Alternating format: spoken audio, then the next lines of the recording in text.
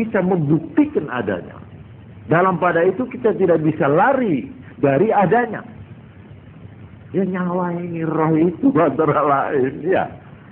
Nah, begitu juga orang yang yang berhubungan sehingga Nabi Muhammad sallallahu alaihi wasallam tiap baik Ibu Aisyah maupun sahabat-sahabat Nabi itu selalu diajari, kon hati-hati ya, tak burui. Kapan kue kita koning kuburan, mlebu nang kuburan, salam. Ini perintah. Nah sekarang saya mau tanya, lah kalau memang mati itu artinya sudah tidak ada artinya, sudah habis. Lah kok Nabi ngongkon salam ke maksudnya piye? Apa nang patokan itu dah? Apa nang lemai? Hah? Nah ini, di sini soalnya ini, iya tak? Terang itu, Nabi sendiri. Assalamualaikum dara qaumin mu'minin. Inna insyaallah bikum lahiqun. Lah kok jauh-jauh?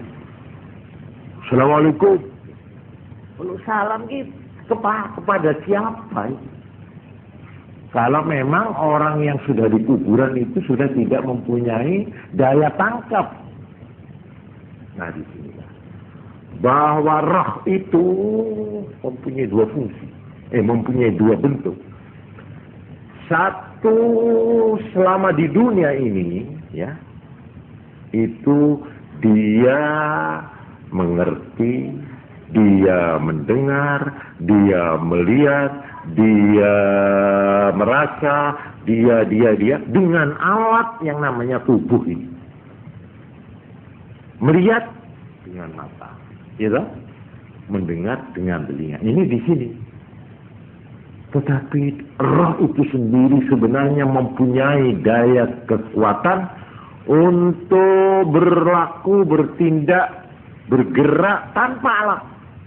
Tanpa alat. Kalau sampai tidak percaya, ya. Ini untuk membuktikan kecil-kecilan, tapi ini ukurannya voltasenya kecil. Ya, kalau umpama tidak terang. Sampean lihat umpamanya yang namanya khayal, yang namanya angen-angen. Sampean ketemu si A, ketemu, wes dengan mata melek ini, meremo saiki, kayak ana tembok. Sampean masih lihat nggak wajahnya ini? Hah? Malah bibirnya, apalagi kalau sudah ini kesurupan itu, ya. Kesurupan begitu itu, biar di Jakarta dia, saya di Jelbuk, umpamanya. Nampak saja wajahnya dia, tetap terbayang. Malah kadang-kadang lah ini, tanpa melalui telepon, tanpa radio, tanpa apa, bisa kontak. Ini ada, ini ya beberapa ya, cuma voltasenya kecil ini. Ini kalau sudah di alam barzakh, voltasenya kuat sekali. Sampai Kanjeng Nabi pernah pergi ke kuburannya orang kafir yang mati di perang Badar. Sampai ditegur oleh Sayyidina Umar ibn Khattab. Hei Abu Jahal, katanya Nabi itu. Hei, disebut beberapa nama tokoh yang mati. Bagaimana sekarang kamu sudah bisa membuktikan dan merasakan apa yang dikatakan Tuhanmu? Ini Umar ibn Khattab Nabi itu Dawud Dewi ini.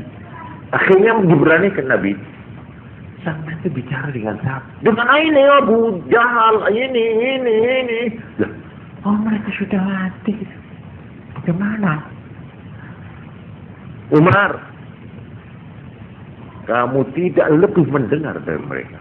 Mereka jauh lebih peka, jauh lebih tajam pendengarannya melebihi kamu. Cuma mereka tidak bisa menjawab. Artinya menjawab yang kita dengar nih ya. Sampai Nabi ada hadis sahih, orang itu kalau mengantarkan mayit ke kuburan, Ya, katanya Nabi itu. Begitu dikubur, sudah ditanam, terus orang yang mengantarkan ini pulang. Bunyinya terompah sandal sampean itu loh. Didengar oleh dia. Aduh, aku isi tinggal di bujuku. Bapaknya ya. Oh, kawan-kawan yang ngiringkan saya sudah. Aduh, saya izin. Dengar dia.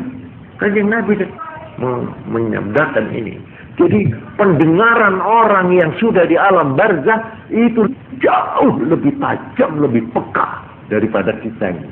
Malah kita kadang-kadang sisih roda tak kerungu sisih. Loh kok baru diperiksa ke taime ini. Aduh, saya itu pernah mengalami. Gini ya aku kok ala patek kerungu. Barang nang dokter disemprot. Lah ini apa? Oh, bulan nih. Kita ini Masya Allah serba terbatas di sini. Tapi di sana bebas mereka itu. Di alam barzah. Sampai dikatakan di hadis ya. Ini saya melantur nanti lama ini ya. Jadi saya putus sekian saja. Nanti akan datang saatnya saya mudah-mudahan ini akan menerangkan apa kegiatan di alam barzah. Ada apa di sana itu? Apakah orang-orang yang mati, yang kita namakan mati, yang sampai sekarang ada yang sudah 1000 tahun, kan ada toh? Atau 100.000 tahun, iya toh? Apa-apa di sana? Seperti Nabi Adam alaihissalam, berapa ribu tahun itu umurnya? Apa mereka itu di alam barzah lalu ya kayak waktu ngono ae to kayak apa? Masa Tuhan membiarkan manusia-manusia jutaan itu yang juga menunggu saat dibangkitkan dari alam kubur itu nggak ada apa-apa. Nah ini sudah 3/4 jam saya ini saya alhamdulillah ini melihatkan ini. Saya tambahkan keterangan saya yaitu mengenai maksud orang ziarah kubur. Jadi yang ketiga tadi, yang pertama hanya semata-mata supaya kita ingat mati dan ingat akhirat. Kalau ini kuburan siapa saja boleh, ya kita boleh pergi ke kuburan sing angker-angker, sunyi-sunyi. Saya besok juga harus menempati tempat yang begini. Walaupun tapi aku medita-mediti, nah itu asal lalu merenung itu, iya toh? Mau tidak mau. Nah ini tidak terbatas. Yang kedua untuk apa tadi? Untuk mendoakan orang yang mati, ya ibu, atau adik, ya Allah, sekarang sudah terbaring di sini. Sekarang telah kembali ke tangan keharibaanmu ya Allah. Ampunilah dosanya. Malah nek coro kita tuh ya, coro kita. Dungo sing paling ringkes nek kepingin itu paling simple. Sampai mlebu nang kuburan, iki carane nek ziarah kubur arep ndongakno, nggih. Mlebu tek uluk salam dhisik. Assalamualaikum. Sebut nae, mbok siem pamane nggih. Atau Dek, Assalamualaikum. Itu loh, kakang teko. Ya sudah. Mari terus apa? Baca kulhu 11. Itu sambil berdiri aja. Ya. Baca kulhu 11. Terus baca kul a'udzu birabbil falaq 1 kali. Ya. Terus kul a'udzu birabbin nas 1 kali. Terus baca Fatihah. Sudah pulang. Sambil berdiri aja boleh. Cukup. Itu kalau ke susu namanya ya. Sampai mau cari yang ringkas saja. Ya gitu. Cuma lebih baik sampean berada di sebelah baratnya mayit. Banyak ke ibu atau ke siapa ya. Itu sampean di sebelah baratnya. Sebab beliau itu kan dihadapkan ke barat toh. Jadi tidak kita di sebelah timurnya. Jadi gini ya bapaknya nih. Terus berdiri. Ibu, Assalamualaikum. Tapi saja. Terus baca. Kulhu. Mulanya bapaknya kita nggak bisa ya. Ya dilatih lah ya. Cuma kulhu. Kul a'udzu falaq, kul a'udzu nas. Ya. Sudah baca itu Fatihah. Terus doa. Ya doa boleh bahasa Indonesia boleh. Ya. Atau kalau cara ringkas naik tunggu Arab gini. Allahumma inni as'aluka li walaha afiyah. Mohon selamat untuk saya dan untuk dia. Sudah pulang. Ini kalau untuk doa. Ini contoh saja ini ya. Boleh doa macam-macam boleh lah ya. Nah, seperti upacara-upacara itu kan juga begitu. Itu tahu tuh. Kalau ada upacara itu 17 Agustus kapan itu loh. Itu dengar itu. Dengar. Yang ketiga untuk apa tadi? Lid tabarruk.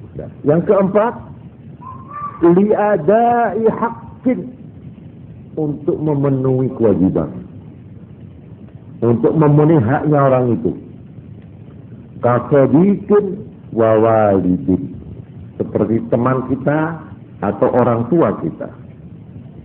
Jadi kita datang ke sana karena memenuhi haknya orang itu. Dia berhak untuk kita datangi. Jadi artinya kita wajib untuk datang. Dia orang tua saya. Saya sebagai anak datang menghadap. Nabi bersabda, "Man zara qabra walidayhi au ahadihima yaumal jum'ati." Sapa wong sing ziarah nang pesariane wong tuwa loro ne utawa salah sijine wong tuwa loro yaumal jum'ati nalika dina Jumat kana sahajjah, iku ibaratnya ganjarane kaya wong lunga haji saking apike lho. Wa fi riwayatin, tersebut di dalam satu riwayat, wufira lahu wa kutiba lahu bara'atun minan nar, wong sing ziarah mau di ngapura dosane lan ditulis bebas saka neraka. Lho ini lafalnya, redaksinya, pokoknya orang ziarah kuburan orang tua atau teman ini termasuk diperintah, dianjurkan, sampai dikatakan apalagi hari Jumat. Jumat itu biasanya roh itu yang tadinya ditaruh di mana-mana, roh itu tidak di situ loh. Setiap jamnya, setiap harinya tidak di sana. Menurut keterangan hadis-hadis loh ini, saya bukan karena saya pernah ke kuburan masuk, tidak. Karena ada hadis yang menerangkan bahwa roh itu tidak di situ. Jangan digambar situ misalnya kudanan, jangan. Tidak. Malah ada umpamanya kuburannya dilebar ke jalan, karena ada pelebaran jalan, terus itu disingkirkan. Itu tidak apa-apa. Malah di Mekah itu ya, ada apa namanya, kuburan apa namanya di Mekah itu, Masya Allah. Hah? Ma'la itu kuburan cuma terbatas. Itu saben tahun mesti digali. Jadi tulang-tulang itu dikir-kirin kabar. Untuk apa? Untuk jamaah haji yang calon-calon ini. Kalau orang haji datang, kalau mati ya di situ dikubur. Gak ada tempat. Jadi ini yang lama-lama itu digeser, ya, yang sudah. Nah ini artinya roh itu tidak di situ. Tapi kalau hari Jumat atau pada saat orang ziarah, Assalamualaikum, loh itu artinya roh itu, loh itu cepat, loh lebih dari sinar matahari, ya. Jadi kalau matahari jauhnya berapa mil itu, jauhnya. Tapi sinarnya kan cepat sekali datang ke bumi ini. Roh ini lebih punya kecepatan lebih dari itu. Nah ini hadis ya. Lalu yang kelima, nah ini hadisnya lagi. Rahmatan wa ta'nisan, karena untuk menunjukkan kasih sayang dan untuk beramah tamah. Nah gitu ya. Jadi datang ke kuburan niatnya cuma ramah tamah. Ramah tamah ya untuk medeni itu. Lho ora wong kancane lho. Nah, ini hadisnya begini. Jadi tujuannya tidak apa-apa, cuma ini teman baik, kolega, namanya, atau kelas kenut, ya, teman satu kelas, atau satu jawatan, atau teman sepak bola, namanya ya. Katanya Nabi ini hadisnya. Anasu ma yakunul mayyitu fi qabrihi idza zarahu man kana ahabbahu fid dunya. Anasu paling apa? Anis itu paling nyenengin, ya paling kerasan, ya paling akrab, ya. Ma yakunul mayyit, keadaan mayit fi qabrihi, di dalam kuburnya, dia paling senang, paling merasa kerasan, yaitu idza zarahu, apabila datang berziarah kepadanya, mengkana habbahu, orang yang dia cintai di dunia. Jadi dia tahu itu kolega kita korek. Makin lama kita duduk, dia makin senang. Ini namanya mu'anasah, beramah tamah. Yang tidak usah ngomong, kita tidak usah perlu dengar itu. Dia, ini kalau kita percaya loh ya. Jadi orang datang ziarah ke kuburan itu, ada yang cuma sekedar apa itu? Ya kalau boleh saya katakan beramah tamah. Ya sekedar simpati, menunjukkan cinta kasih. Dan apa? Bagus. Mendatangi teman yang akrab. Assalamualaikum. Kalau nggak percaya nanti kalau sampean mati kan diberitahu. Iya kalau sampean mati dia tuh bertemu sama bukan sampean satu musim sekolah seniku. Ya saya kumpul dah. Ya. Iya boleh. Ini cerita ini boleh nanti dibuktikan nanti. Iya kalau kita sudah masuk ke sana lagi. Iya. Diingat, dikenal. Baiklah, saya kira ini cukup keterangan saya. Jadi saya secara tidak langsung, ya, saya sudah menjawab pertanyaan ini. Ya, terserah sampai mengambil kesimpulan. Ya, bahwa kalau ada hal-hal yang mengkhawatirkan iman, hal-hal yang bukan saja mengkhawatirkan iman, mengkhawatirkan keamanan, itu soal lain. Soal lain ini. Ya, mamanya. Kalau kita datang ke situ berbahaya karena keamanan, ya, wanita di situ umpamanya, apalagi wanita cantik umpamanya, iya, itu kan soal lain sudah, bukan soal kuburannya, sudah soal cantiknya itu, soal keamanannya, ya. Nah, ini atau orang yang dikhawatirkan apa itu menjadi tidak kuat, nah, lebih baik dicegah kan itu, umpamanya. Oh, istri yang baru ditinggal suami, umpamanya ya, atau ditinggal anak, tak kuat. Nah, itu jangan dibawa kuburan dulu. Ya perkara lain waktu sudah rosok, apa itu sudah turun, ya tidak apa-apa. Kita doakan. Masa ibu mau mendoakan anaknya tidak boleh? Hah? Atau anak mendoakan ayahnya, ibunya? Boleh saja. Asal jadi tidak lepas dari 5 tadi itu ya. Kalau begitu, insya Allah, ya, inilah jawaban saya atau keterangan pengajian saya malam ini, karena waktunya sudah cukup. Jadi saya mohon maaf mengenai yang ini terpaksa saya tunda lagi ya. Ini insya Allah nanti merupakan uraian tersendiri, yaitu ingin mengenal pribadi Nabi Muhammad sallallahu alaihi wasallam. Kita ingin melakukan pendekatan, ya. Kita sebagai pengikutnya, sebagai umatnya, ya. Mudah kita bisa tahu gambaran bagaimana sifat-sifat Nabi, baik sifat-sifat fisik maupun sifat-sifat dalam arti mental dan moral, ya. Secara singkat, sehingga kita itu ada gambaran, oh Nabi itu begini. Dan andai kata mimpi ya bahwa mimpi. Kita bisa menyocokkan dengan keterangan tadi. Ketemu Nabi. Nah, nanti akan saya ceritakan. Kalau kita sudah mengenal keterangan sifat-sifat fisiknya Nabi, ya kita enak, ya kan? Mimpi, perut Nabi, apa Nabi itu? Nabi Muhammad. Bisa. Oh, ya mimpi, ya dhuwur banget, ya endek banget, ya cukupan yang rojo dhuwur. Jadi lebih mendekati dhuwur tinimbang enggak, tinimbang apa? Enggak.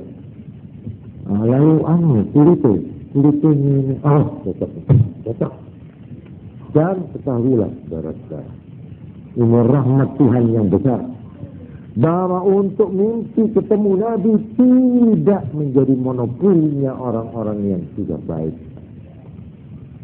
Orang siapapun, ya menurut saya masih bilang kocok betik-betik kayak anak kita ini ya, kita ini. Pada satu waktu kita mendapat rahmat bisa mimpi. Tidak harus orang yang alim, yang khusyuk, yang ibadahnya sudah tinggi. Ini satu rahmat. Dan kalau kita mimpi ketemu Nabi, ya, Nabi ya sudah nanti mengerti cita-cita Nabi ya, maka bergembiralah. Itu insya Allah merupakan nur, suatu tanda, suatu sinyal dari Tuhan bahwa saudara akan mendapat kebaikan masa datang. Insya Allah nanti saya mau bicara lebih jauh dari ini. Mudah-mudahan berguna dan berfaedah. Cukup sekian saja. Kurang lebihnya saya mohon maaf. Assalamualaikum warahmatullahi wabarakatuh.